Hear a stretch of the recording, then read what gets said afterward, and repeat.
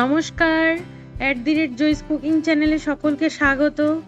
পান্তা ভাত গ্রামীণ বাঙালিদের একটি জনপ্রিয় খাবার, তবে আজকাল নন বেঙ্গলিদের মধ্যেও এই খাবার খাওয়ার প্রবণতা দেখা যায়।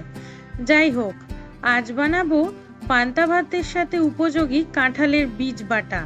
ভিডিওটি ভালো লাগলে লাইক করবেন, শেয়ার করবেন, কমেন্ট করবেন এবং আমার চ্যানেলটি সাবস্ক্রাইব করবেন। তার জন্য প্রথমেই একটি তাওয়ায় 2টি শুকনো লঙ্কা সমেত কাঁঠালের শুকনো বীজগুলোকে লো ফ্লেমে ঠিক এই রকম করে রোস্ট করে নিয়েছি। তারপর খোসা ছাড়িয়ে পরিষ্কার করে ধুয়ে বেটে নিয়েছি। আর নিয়েছি পেঁয়াজ কুচি, লঙ্কা কুচি, ধনেপাতা কুচি, সর্ষের তেল, লবণ আর জল, যেটা পান্তা ভাতে দেওয়ার জন্য আমি রেখেছি।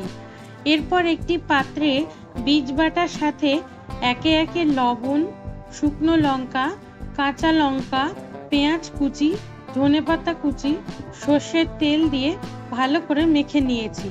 পান্তা ভাতে যদি এমন কাঁঠালের বীজ বাটা আর ইলিশ মাছ ভাজা থাকে তাহলে আর বলার কিছুই নেই।